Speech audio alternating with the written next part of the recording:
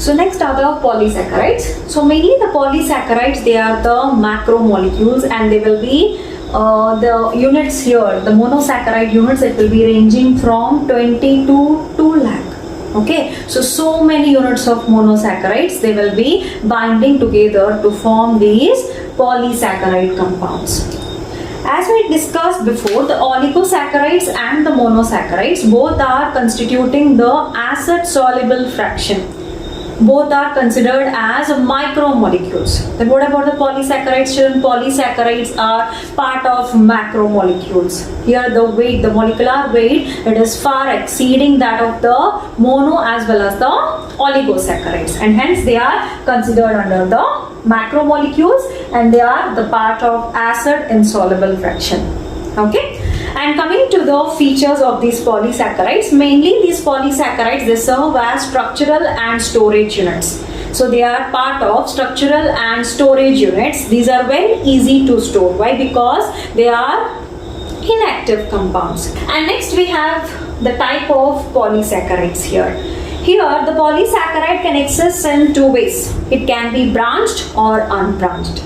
So branching as well as unbranching, it is present in equal proportion. Both types are equally possible here. Based upon the composition of the sugar inside the polysaccharides are again divided or categorized into homopolysaccharides and heteropolysaccharides. So what are the two categories we have? Homo and the heteropolysaccharides. The first one, it is the homopolysaccharide. What do you mean by homopolysaccharide here? If similar units of sugar, they are binding together to form a complex polysaccharide, we call it as a homopolysaccharide. Okay, so here the monosaccharide units, which are the building units of the carbohydrates or the polysaccharide units, the monosaccharides all will be the similar. So all the monosaccharides units will be the similar ones. Such type of carbohydrates or polysaccharides are said to be the homopolysaccharides. Homo means same sugar units will be present. And the second type is the heteropolysaccharides. Here the sugar units which are making up this complex polysaccharide or the carbohydrate, they will be different in nature. So different type of sugars, they will bind together to form a large complex molecules. Okay, so 20,000, 30,000 units of the sugars will be binding together to form these macromolecules.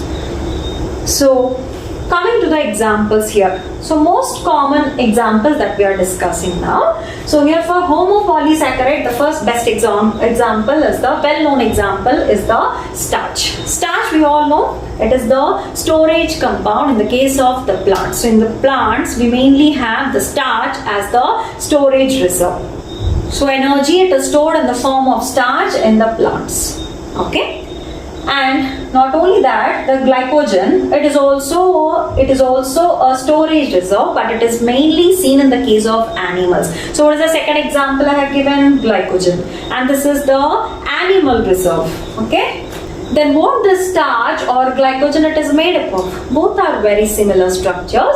The starch, it is made up of numerous glucose units. Okay, so many glucose units, they will bind together to form the complex starch molecule. Okay, so this is the monomer units are glucose. Then what about the glycogen children? Here the same thing again, it is also made up of glucose. And what is the third one? Cellulose.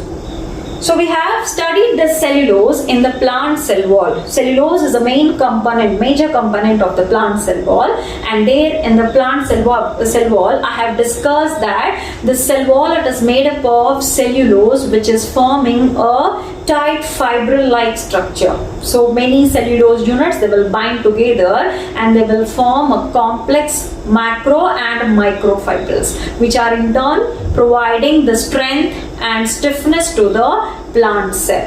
Okay, so cellulose, it's a part of cell wall. Then what it is made up of? Again the same thing, we have the glucose units. Okay, So all these three, they will be having the similar structure. Why? Because they are made up of the same monosaccharide, that is glucose, but we have minor differences that we will see, I will tell you. So we will be discussing with the structure of starch and glycogen. When I am exemplifying with the structure of the polysaccharide, I will discuss with these two structures and their differences. Let us see with the cellulose here. Cellulose, it's a straight chain compound. The polysaccharide, which is made up of glucose, all the glucose units, they are arranged in a straight chain. Then you may ask a question, if the chains are arranged in this manner, how they are forming fibrillar structures in the case of the plant cell wall.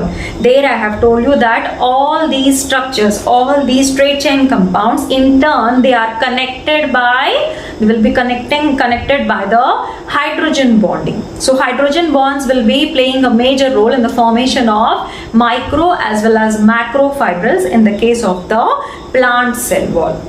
Okay, but there is no branching here. So branching, it is completely absent, and cellulose is a straight chain molecule. And next we have inulin. Inulin, it is the complex polysaccharide and it is formed or derived from the monomer units, which are fructose units. Okay, so it is completely made up of the sugar fructose. And where can you see this?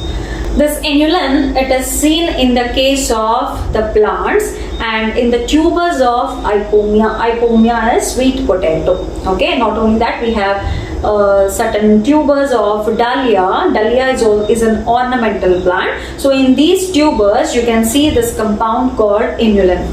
So these are the different type of homopolysaccharides, children. And now we'll be discussing with the heteropolysaccharides. The heteropolysaccharides, here I have given few examples here: chitin, peptidoglycan, hyaluronic acid, and we have the pectin. Along with that, we have other compounds like agar-agar, which is a mucopolysaccharide, that also will be coming under heteropolysaccharide. So let us see first the chitin. So we all know the chitin, here the heteropolysaccharides means the sugars are different. They are attached to different type of, the sugars will be different. Not only that, they are also attached or modified by attaching with the different type of compounds like nitrogen, phosphorus, in the same way where I have told you regarding the derived monosaccharides. So in the same way, here the polysaccharides, heteropolysaccharides, they are combination compounds. Okay. So first we will look into the details of the chitin. Chitin, here it is made up of N-acetylglucosamine. We all know, we have studied this structure, children. Chitin, it is present in the fungi. The cell wall of fungi, it is made up of chitin. So not only that, not only in fungi, this chitin, it is also seen in the case of crustaceans and arthropods. In the case of the crustaceans, mainly the crabs, lobsters, all these organisms, they will be having the hard and tough shells. And these tough shells are mainly because of the presence of this chitin, which is impregnated with the calcium carbonate. So all these mollusks and also the crustacean, they have the impregnation over the chitinous cell wall. The chitin cell wall is present, above which we have the deposition of the calcium carbonate, which will make them tough and stronger. Okay, and here I will write other examples here: arthropods. Then what is the chemical nature? I have told you it is made up of NAD, that is N-acetylglucosamine, modified glucose attached to the nitrogen. Okay, and next we have the peptidoglycan. Peptidoglycan, again we have discussed this in the bacterial cell wall. The bacterial cell wall, it is made up of peptidoglycan. Okay, and this peptidoglycan, it is the combination of N-acetyluramic acid with N-acetylglucosamine. So here the sugars are modified and they are attached to the sugars mainly have the amine groups, and also they are attached to the nitrogenous compounds, and hence we call them as the N-acetylglucosamine and N-acetyluramic acid. Okay, so we have NAM, peptidoglycan, it is made up of NAM and NAG units, and here the example is the bacterial cell wall. So next we have the hyaluronic acid. Hyaluronic acid, it is again a modified compound and a heteropolysaccharide. We have different type of sugars as well as the modified sugars. We have N-acetylglucosamine, same like that of the peptidoglycan and chitin. We have this NAG unit, and also along with this we have the glucuronic acid, which is also a part of pectin. In pectin we have both glucuronic as well as galactouronic acids. Okay, so the hyaluronic acid will be having these two components, and this is mainly seen in the case of the tendons. The cartilage and the tendon, it is made up of the hyaluronic acid, which will give the stability and strength to that particular tissue. Okay, and next we have lastly the pectin. The pectin we have discussed many times. Children, pectin, it is a kind of heteropolysaccharide here, and the pectin, it is made up of two major sugars. One is the galactouronic acid and glucuronic acid. Mainly discussing with the plant cell wall and the plant structures, I have discussed with this pectin structure.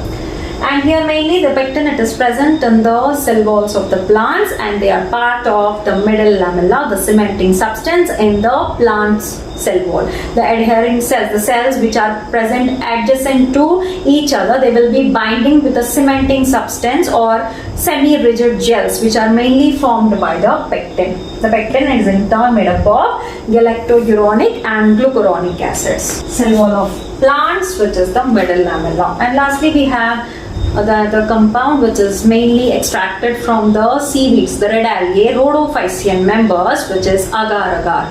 We all know agar, it is a gelatinous material, or you can say it is mainly used for solidifying the substrate in order to prepare the gels, or you can say the jellies and all these confectionery. They are mainly made up of these agar-agar. Agar-agar is a substance which is extracted from the seaweeds of the seaweeds, which are the red algae, the rhodophycean members. And this agar-agar is also a heteropolysaccharide compound, and it is containing the agarobioes, which is also a kind of sugar.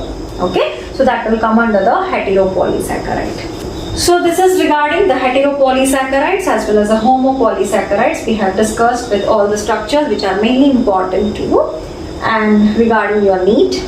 And we have the structure of glycogen, which is given in your NCERT book, children, in 9.4. The diagram, it is 9.4. It is given in your NCERT book. So based upon that, I am giving the structure here. I am simply discussing with the bonding present in the what you can say the relationship between the starch and the glycogen. So they are very similar structure with very little difference, or few differences are there that we will discuss now. So let us say this is the diagram that is given. So we can draw many units. I have given few units of glucose here. So these are units of glucose. So this is common for both starch and the glycogen. Here, both the starch and the glycogen, they can form branches, I have told you. So this is a linear chain of glucose. The linear chain of glucose, it is known as amylose. So what is the structure? It is known as amylose. And this amylose units, they will be present. And in turn, each amylose unit, they will be forming a bond at the first and the sixth carbon of the other glucose present in another chain. Okay, so this is normally what is the link that is present between the monosaccharides, children. In between two glucose units, we will have alpha 1,4 glycosidic bond. Is this clear? We have alpha glycosidic bonds which are linked by first carbon to the fourth carbon of the next unit, and this is known as amylose.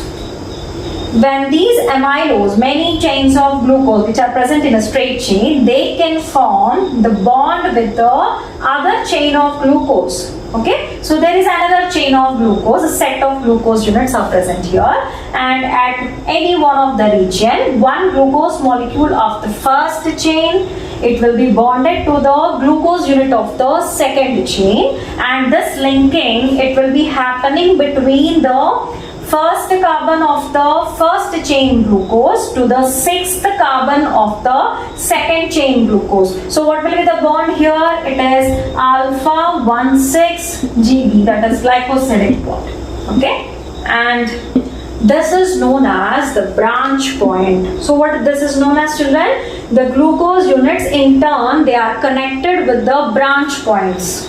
Okay, so these are known as branch point. So how you will describe this branch point? Branch point, it is nothing but the links present in between the amylose units. When these branch points they are present, we call the starch or the molecule of carbohydrate as amylopectin. The branched form is known as amylopectin. The straight chain of glucose, it is known as amylose. Okay. So branch point, when it is present, we call it as amylopectin. Clear? Once again, the straight chain of glucose is known as amylose, and we will have the bonding that is a normal bond present in between any type of sugars, the monomers. What is the bond, children? Alpha 1,4 glycosidic bond. And these bonds are common for all the sugar chains which are present. And in turn, these large sugar chains of glucose, they will be binding at any one of the glucose unit in between. And this is known as branch point. And what is the bonding here? What type of bonding will be there? Again, the glycosidic bond. Why? Because they are establishing a contact or the bond between two sugars. And here, which carbons are associated here? The first carbon of one glucose to the sixth carbon of the next glucose. In the second chain, it is established a glycosidic bond. And with this branch point, we call the carbohydrate as amylopectin. If it is a straight chain, simply without any branch points, we call it as amylose. If branch points are present, we call it as amylopectin. Clear? And such type of structures are seen in the case of starch as well as glycogen. Then I have told you that cellulose also is made up of glucose units. Then what is the difference? Can you notice?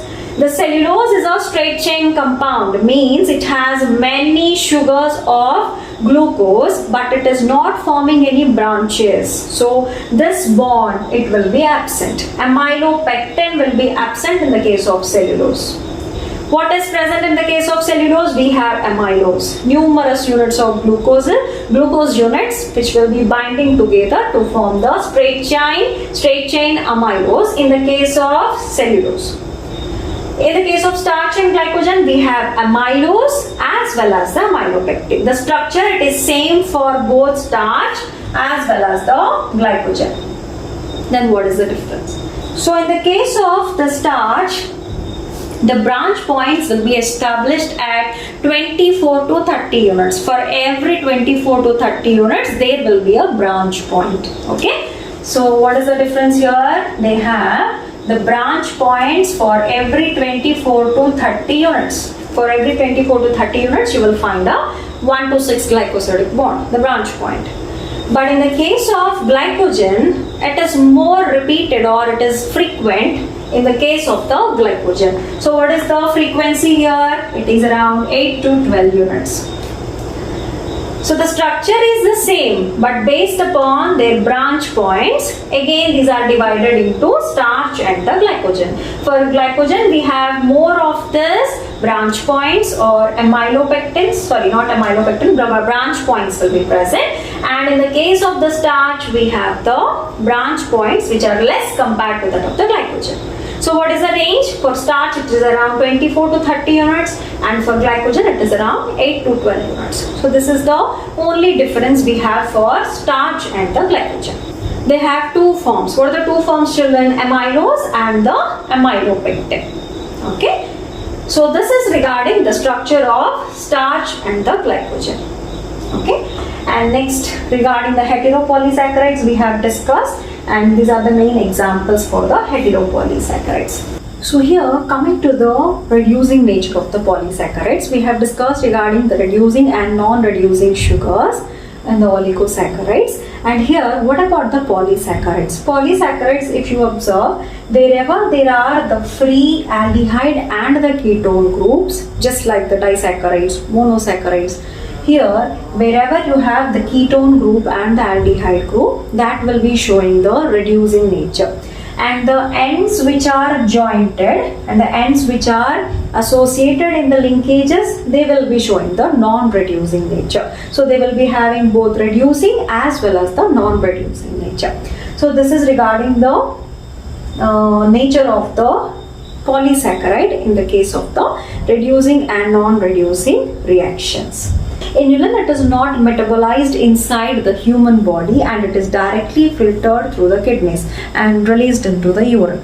Okay, and hence this is mainly used as the test for the kidney function.